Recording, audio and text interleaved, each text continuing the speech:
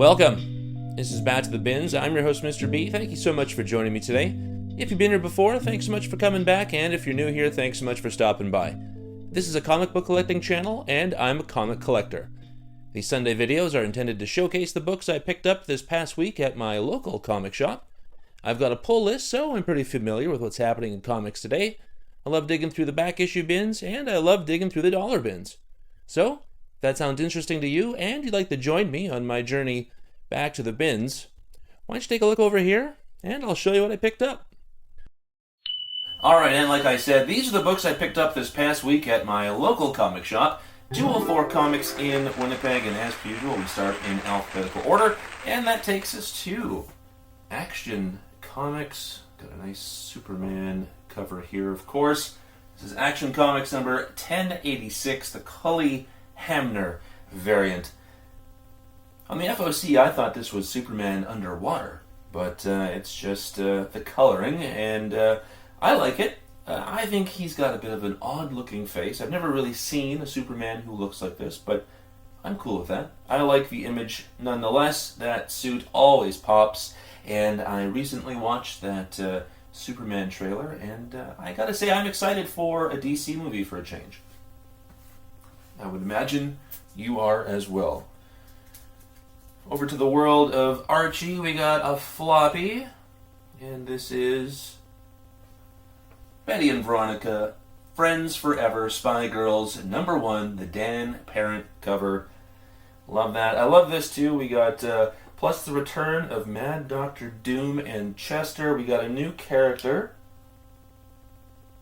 up here, Medusa Doom.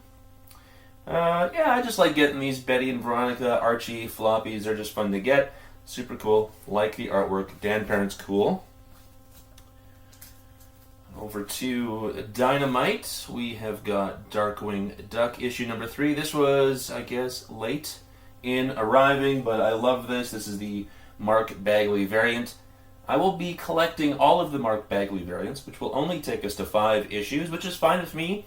I like this book. I just really liked that Bagley was doing covers for Darkwing Duck, so that's where I'm going to stop. But it really played out like a Darkwing Duck issue or anything from Disney in those late 80s, early 90s cartoons. So it was cool, but I'm there for Mark Bagley. Over to DC, one of my favorites. I absolutely love this miniseries. This is DC vs. Vampires, World War V, issue number 9. This is a Bjorn Barends variant. I gotta say, folks, we got contender for cover of the year right here. There's Big Barda as a vampire, so be warned. She's pretty much indestructible at this point. Super cool. I love Bjorn Barends' work. He's doing the Space Ghost stuff, and what's that new one called? Humanoids? Or no, something like that. I forget. I forget what it was. But yeah, I love Bjorn Barends' work. Very cool digital art that I just really think is fantastic. Super cool. And into the independent section of your local comic shop. Here we've got Dick Tracy, issue number 10. That is the Francesco Francavilla variant. I've been collecting these portrait covers by Francavilla, and I'm loving this series. Don't sleep on Dick Tracy. This is worth reading, folks. I mean it. Really good stuff. Underrated. Pick it up. Oh yeah, look at this. This is cool. Nice to see another one of these show up. You got it, folks. This is Fantastic Four, issue number 5, the Jack Kirby cover from April of 1962. Originally, this is the 2025 facsimile. Of course, we got the first appearance of Dr. Doom, and what better way to do in the Fantastic Four than to take their oxygen away? Makes sense to me. I like that. Super cool. Glad Marvel is doing this. A lot of Fantastic Four stuff coming down the pipeline, of course. I'm here for it. Back over to DC. We've got this beautiful cover. Love the colors here. This is Fire and Ice, When Hell Freezes Over, issue number 2. It's a great Dan Mora cover. I think this is worthy for cover of the year, folks. This is just great use of color.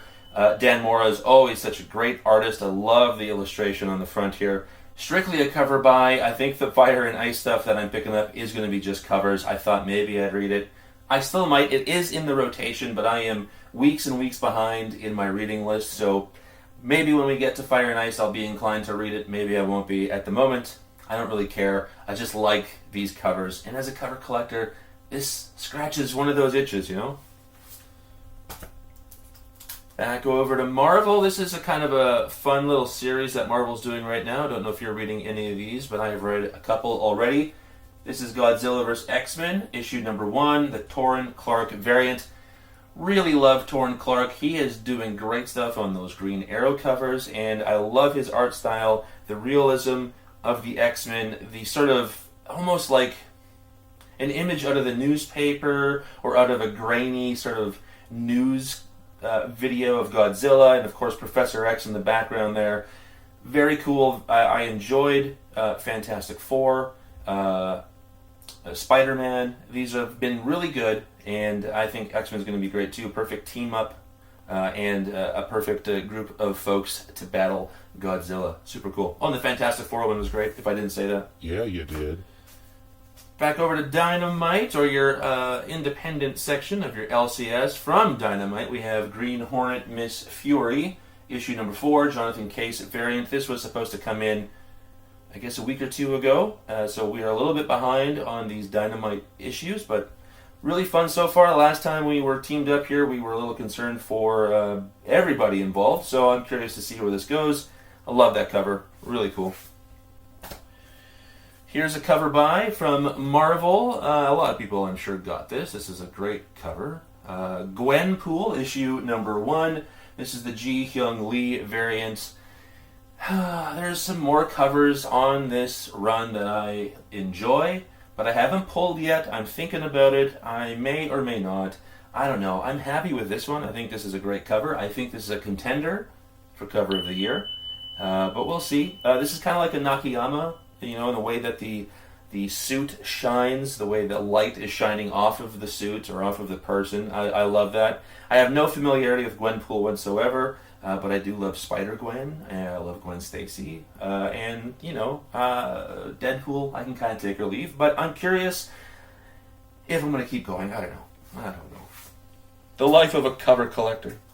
Back over to the indies, here we've got something that I enjoyed the first issue of, and this is issue number 2 of I Was a Fashion School Serial Killer. This is the Daniel Hilliard Vogue Beyonce homage variant. Super cool. Love this. Another white background cover, and this is one of the problems with a white cover. You can see right along here the staples. We've got some browning already, which is a disappointment. It makes the cover look a little dirty, but that's how it is. Still cool. Love this book. Very fun premise. Love that first issue. If you can find first issue and you can find the second issue at your LCS, I'd say pick them up because this is a fun read and I'm looking forward to this one. I love these homages that they're doing. Oh yeah, this was also late in arriving. Of course, the man of the hour. He can always show up fashionably late. This is Mark Spears' Monsters, issue number 4. Of course, that's the Mark Spears Dracula A cover.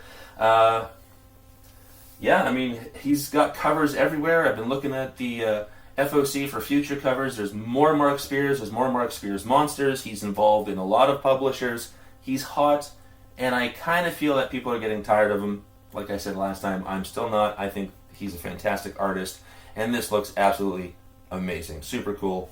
Probably cover of the year there, too, I'm thinking.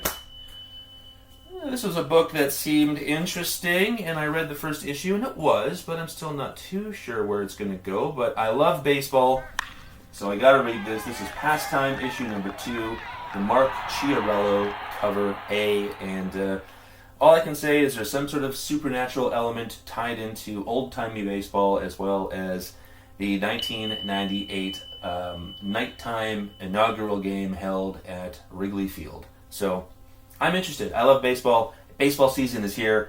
Glad I'm reading this. Always good. The independent stuff is always worth investigating, so I'm happy nonetheless. Back over to Marvel. Spoke too soon. This is Phoenix, issue 11, the Joe Quesada variant. I've been loving this run since issue 1. I just read issue 10 the other day. Great way to end that arc. I think this is a fun book. Phoenix is a great character, and we just need to dig in deeper and explore further. I think we're going to. I love this.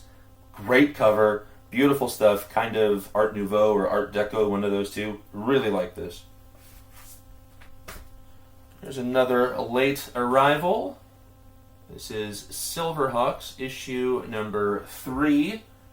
That is the Leslie Lyrics Lee connecting variant. I didn't want to get the connecting variant, but I really didn't like any of the other covers, so I got this because I do like this character whose name escapes me now. But great show. Always loved the show. I am not giving two hoots about this particular series. I'm going to read this till issue 5, and then I am discarding it. I am done with it. This, much like Thundercats, has disappointed the nostalgic aspect of my comic collecting, and it's unfortunate, but the covers are great, and we're all good. Back over to Marvel. We got Ultimate X-Men, issue number 15. That's a Peach Momoko A cover. I love this book. I love Peach Momoko's work. I tell you all the time. Fantastic. I love that she still is doing A covers and interiors. 15 issues in. She's killing it. Of course, there's always a cool variant cover for the Ultimate X-Men, and I couldn't say no to this. Here we have Ultimate X-Men issue number 15. A Stan Sakai variant. Isn't that so cool? I love that it's raining frogs. I love the outfit. All of this is great. The cat in the bag. Beautiful. I'm going to say cover of the year because, hey, Stan Sakai. Awesome. Keeping with the X-Men and with Marvel, of course, here we have the Uncanny X-Men, another one of my favorite books, issue number 14, the Luciano Vecchio Lady Henrietta variant. She's going to be a key player in sort of, I think, the establishment of mutants to some degree, and I really love this book. Always having fun with it, and I'm loving these Vecchio covers, as you know. Super cool. Speaking of Stan Sakai, here we have Suggy Yojimbo. 10,000 Plums, issue number 3. Yes, the Stan Sakai A cover. I couldn't say no to this. I think this is an absolutely stellar cover. I'm going to say contender for cover of the year only because I feel something about this cover when I look at it. I just think it looks awesome. I'm just intrigued by it for whatever reason. I just think it looks so good. And again, Stan Sakai, right? And from Boom Studios, in the independent section of your LCS, here we have When I Lay My Vengeance Upon the issue number 4, Jacob Phillips variant. This is a fun book about exorcism and all of the things that happen with that stuff and those people and that kind of situation. And this was kind of an interesting book to show as I think the Pope is being sworn in today. So here we have somebody drowning the clergy, or perhaps baptizing the clergy. I got a feeling it's leaning more towards drowning, but I'm not too sure. This is a kind of an interesting book. Looking forward to see where this goes, because there's a lot of meandering to some degree, but it's not bad. It just keeps me kind of wanting more and holding on. So, cool book. Well, that's everything, folks. Hopefully you enjoyed that. And how about we get back to the real world, shall we? Well, it was a great stack of books. Hopefully you enjoyed what you saw, and if you did, why don't you like, comment, and subscribe? It really helps to build the channel, and I'd love to develop a community of people who just really love comics. Thank you so much for joining me today. We'll see you next week, and until then, remember, comics are good.